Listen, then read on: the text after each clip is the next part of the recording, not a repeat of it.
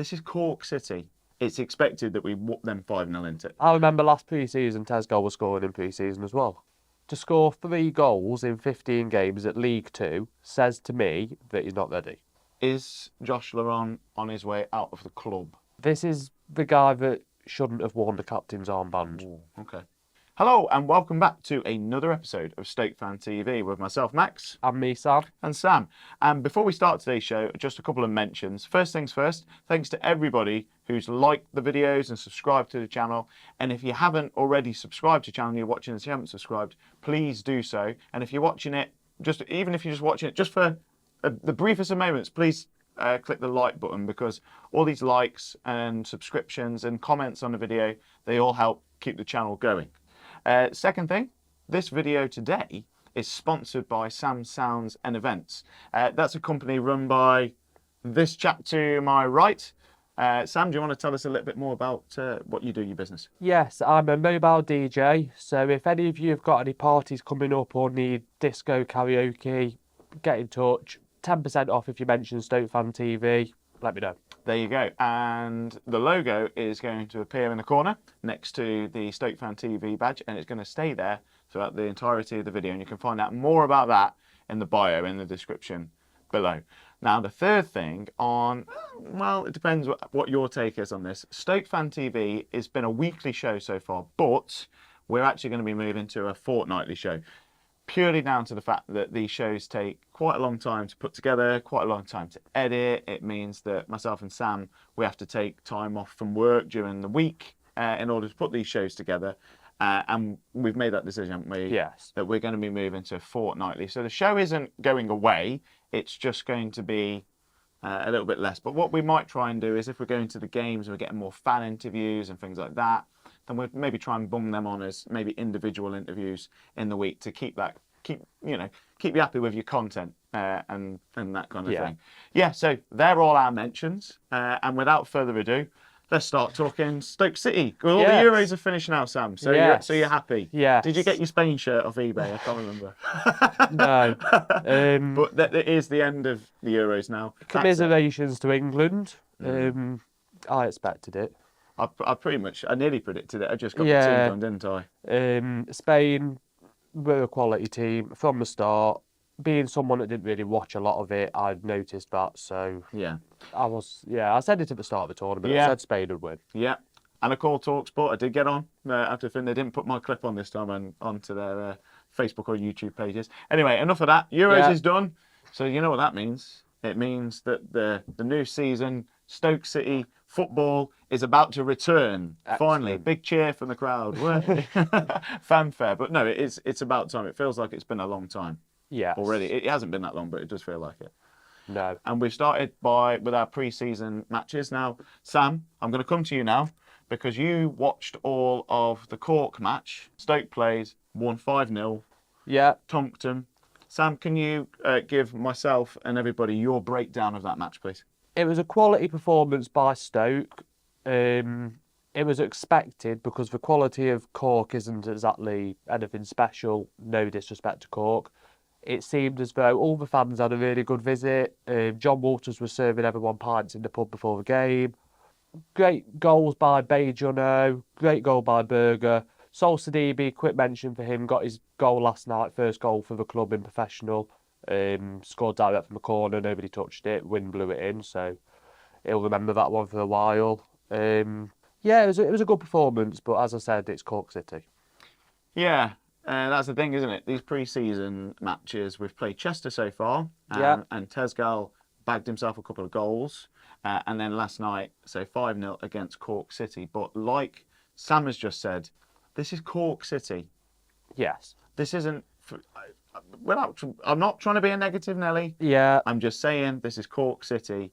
It's expected that we whoop them 5-0 into it. You'd expect it, wouldn't you? Yeah. Yeah, if we didn't beat them 5-0, I'd be a bit worried. And they are midway through their season. Right, so they're not in their pre-season, so they probably didn't play a first team. There was a couple of trialists playing. And they're not in the Premier Irish League, are they? No, they're currently first in the first division, which is basically their championship. Right, okay. So, did you watch the match last night, Stoke fans? Did you watch that Cork City game? What did you think to the performance? I mean, is this, for me, you mentioned it in one of the shows, we're not necessarily playing top teams, are we? No. In our pre-season this year. We've got Alkmaar. They're a good team. And you know what? Yeah, and I know we're playing kind of a local-ish kind of derby Yeah. kind of thing. Man, a derby versus Crew. Yes. So again, this is pre-season. What team are they going to put out? Yeah, it's to be expected. 5-0 against Cork City. I would love to go to that AZ Alkmaar game. Yeah. I'd love to. And did you say that Bruno Martins Indy's playing? Yes. For them, yeah. I can't believe he's still playing. How old is he now? Pass. Don't know. He's older than Pepe. He is, man. He's got to be. He's got to be. But fair play. Yes. So hopefully we can maybe get to that game. Maybe get some fan reactions. Try and speak to Bruno after the game if Try and possible. speak to Bruno. Now listen, that first game against Chester. I want to talk about Tezgel, because Tezgel going to be an integral part to this upcoming campaign, because he's a striker, or he's a forward, isn't he? Yeah, he's a striker. And he played 15 games for MK Dons Last season, and he scored 3. and assisted a few. 3. Right. I That's not amazing stats, is it? remember last pre-season, Tezgel was scoring in pre-season as well, and we were all saying the exact same thing: is Tezgel ready? To score 3 goals in 15 games at League Two says to me that he's not ready. Right. Because he played Chester the other day. I don't know what league Chester are in, and he probably plays better teams than Chester when he was playing in League Two. So yeah, and it's difficult when you're watching this, when you're watching football, isn't it? Yeah. Because when you watch a team play a team of lesser quality, let's say, and individuals make up teams. yes, Don't care how good your team is and how good your system is, if you haven't got the players that are good enough to play in that team and that system. And I think that when we're playing teams like Chester, our players are going to look absolutely incredible.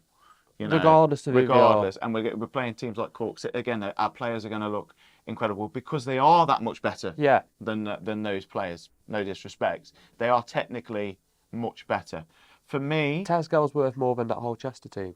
so I'm interested. You know, one of the things that I'd love for Stoke to do more is get their youth players through and playing in that first team. Yes, And get players in that are good enough, because you look at the top teams, and I'm talking the top teams. Yeah, But not all the top teams, there are some lesser teams, but they seem to have this system, don't they?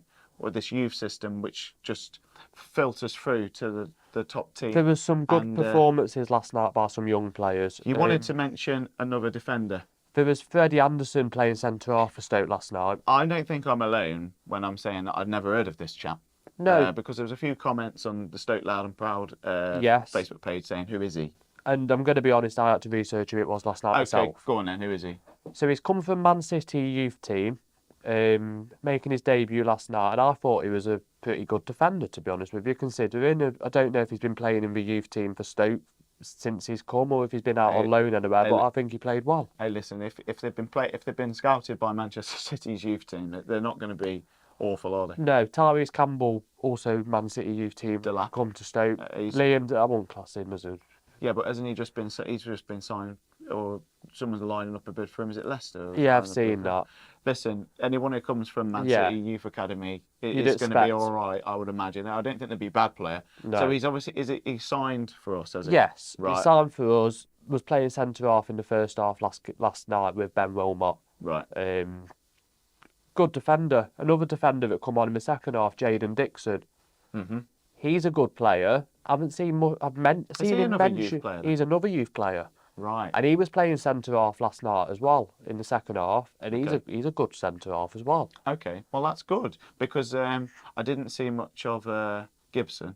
I No. guess he's injured. Gibson wasn't playing last night. Gibson's injured. There was no Josh Laurent in the squad either. That's an interesting talking point. Should we go? Do you want to go on to that right And now? the other notable absence from last night was Ryan May. Now Ryan May's also come got back an from injury. Josh Laurent. There's been a lot of talk about Josh Laurent. Is Josh Laurent on his way out of the club? I don't know. To me, it kind of It looks like it looks it. that way. It does look that way. It looks that way. I don't know where it's going to go. He was good mates with Tyrese Campbell. Right. So maybe Tyrese Campbell not getting a new contract has swayed Josh Laurent to no longer want to be a This part is a of it. club. This is a club captain that you're talking about. This isn't just a fringe player. This is the guy who wore the captain's armband. This is the guy that shouldn't have worn the captain's armband. Ooh, okay. In your opinion. Yeah. Do you know what? There you go. What do you think to that, Stoke fans? Josh Laurent, he's on. Well, we don't know, but we got a feeling that he might be on his way out of the club. Yeah. I've said this before about Josh Laurent. He played it last season, especially towards the end of the season. He was really going for it, and I think within the squad, I think there's a feeling that he's a leader within that squad. So it's going to be interesting because I don't know if you noticed, Stoke did a little video skit where they're asking who's going to be the next Prime Minister. Just before the next Yeah. or who would they have for next Prime Minister within the squad? And Josh Laurent came up quite a bit. Did he? Yeah. So for me, that shows that they respect him as a leader. Yeah, But maybe. the thing that I always felt about Josh Laurent, being super critical, was that for me, passion, yes. Running around, putting effort in, yes. It was, for me, just the concentration levels sometimes for Josh Laurent would drop at times in moments that mattered. Like there were a couple of times like when the ball was coming in from a free kick or something like that, where it was caught ball watching. Yeah. And maybe lost his man. His man ran off behind him. I was thinking, come on, He's not a defensive player, though, is he? So yeah, but he was better. He was better in that role. Yeah. Anyway, so he was a notable absence. I'm glad that a couple of youth defenders come in. I'm interested to see how this, these, I should say, new younger defenders. I'd like to see if they actually get in the squad, because I feel like Stoke are going to be getting another centre half. I feel like they might have used them last night to fill gaps. Okay, right. So it'd be interesting to see if they do actually get a breakthrough this season, or if they do end up going out on loan, which I do believe will be more realistic. Another youth player who's been mentioned a fair bit, Sol Sidibe. Yeah. Now, he played, didn't he, second half? Yeah, he played second half. How did he play? He played all right. He didn't put a foot wrong. Scored? He scored from a corner directly, which he won't ever do again. No. But yeah, it was a solid performance. It was a pre-season friendly against Cork. Okay. But, Yeah. Yeah, good performance. Right. So there you go. What do you think to those youth players coming through, Stoke fans? Are you a fan of getting them into the team? Do you think they need to be played more? Just want to quickly touch on the system that Shuey has played in the last two games. 4-2-3-1. Is that the system? I'd say it was more of a 4-3-3, but with not like midfield wingers, more central midfield, and then like left winger that with a striker. In that game last night, was he playing the number 10? He was playing Ennis up front first half with Jono and Vidigal in the first half. With the wingers, so it was Vidigal on the right, Jono on the left, and Ennis in the middle. Okay, That's how it was. And then did he sit? Half. I didn't watch the game. Did he sit with two behind there, or one and then two? It was more three. All right, so it was kind of just rotational. Yeah, it was more of a rotational midfield. Thompson, Baker, Berger, which I think is the midfield. If Laurent goes, that's the midfield I think he's going to play. Yeah, I do. I'm not. I've said it before. I am not a huge fan of that number 10 in the Stoke City team. Yeah. And having the striker by himself, and then that number 10 sitting behind. I'm not a fan of that. I would much rather we have a striker, if we're playing three, that plays as a false 9, that drops back and fills that number 10 role, and then we sit maybe with two central midfielders, and then a CDM. That's what I prefer. The issue that he had last night was he only had Niall Ennis as his senior strikers available, because May was injured, so he only had one senior striker available. He wanted to change the team in the second half, so in the second half he went 4-4-2 and put Lowe and Tezgel up front. So what's this player that we've been linked with from QPR, Armstrong? He's a striker, isn't he? Yes. From QPR, and then I think there's another name being floated around striker-wise, Ugbo maybe. Yeah. He's made it clear that he wants a striker as well, he said that. Right, okay. So did you think that means that Lowe's going, or Lowe's going out on loan, or do you think May's going? I know Wesley's gone. Yeah. But who else have we got? Because at the minute we've got Ennis, Yeah, Tyrese Campbell's left, yeah. Wesley's left. So we've got Ennis, Ryan May, Nathan Lowe, And Tezgel. Tezgel. Tezgel and Lowe to go out on loan. They'll probably go out on loan. I So reckon. I'm kind of Because they're not ready. right. Okay. And I still think we need 2 strikers, so that leaves us with 4 strikers then, which is 4 enough. strikers playing 1 striker up front every game. Because is that the system that we think he's going to go for? I don't know. If he has more strikers, he might change his system. I really hope that Shuey kind of looks a bit backwards at his Plymouth managing and thinks more up top. I'm sure he played. Didn't he play? Did he play? I'm sure he played 2, or he had multiple attackers. Yes. Going bombing it on. You know, I keep harking back to Whittaker. I'm surprised he hasn't gone yet. No. 19 goals. But Tezgel is the only striker to score for us so far this pre-season. Right. Okay. So he's probably looking the most likely, if we are going to keep any of them, to maybe be on the bench. Okay. So yeah, strikers. Are we going to get more in? I think we need to. Really interested, I should say, to know what kind of formation we're going to be playing moving into this new season. Are we going to see some free-flowing, attacking football from Stoke? Because I think that's what a lot of fans want to see. The wingers, are we going to see more balls into the box? We're missing a target man. I was thinking it last night. There's nobody in that box to head them balls in that first half especially. I'm going to just hark back to the Spanish team from the Euros a No. second. Right. Going straight back just quickly. Yeah. So their formation, 4 at the back. Yeah. Rodri or whoever is that holding midfielder. 2 sitting in front of that. 2 wingers and a number 9. Okay, Morata, who was constantly moving into the box. He didn't really come back as a false 9. Their wingers, if you watch their wingers during the Euros, bombing it up, they could cut inside, they could go outside. But one thing they did constantly was put the ball in the box. Yeah. I think we need to start looking at some of that. We've got Manouf on one side. We've got Junot Or Vidigal. over the gal. Manouf and Junot for me. Yeah. Either side of that thing. If Niall Ennis is going to play as that number 9 or Ryan May, for me, Ryan May seems to drop back a bit. We need someone to bomb up through and just get the ball in the box. Yeah. For me, the more times the ball is in the box, the better. Definitely. Stoke used to play that way. Yeah. That's me. Yeah. Forward. Right, I think we've pretty much come to the end of the show, to be honest. We've been waffling, chatting your ear off about Stoke for a long time. Don't forget, today's episode is sponsored by Sam Sounds and Events. You can find out more about what this guy does on a regular basis in the link below. He does other things as well, just videography and all that. But we're not advertising that. Sound engineer. We're not advertising that side of it today. Yeah. It's just advertising doing the DJing and stuff. Anyway, thanks for watching. Please subscribe to the channel if you haven't already, and click a like on this video as well, because it all helps. You know, as I said, we're moving to fortnightly with the channel.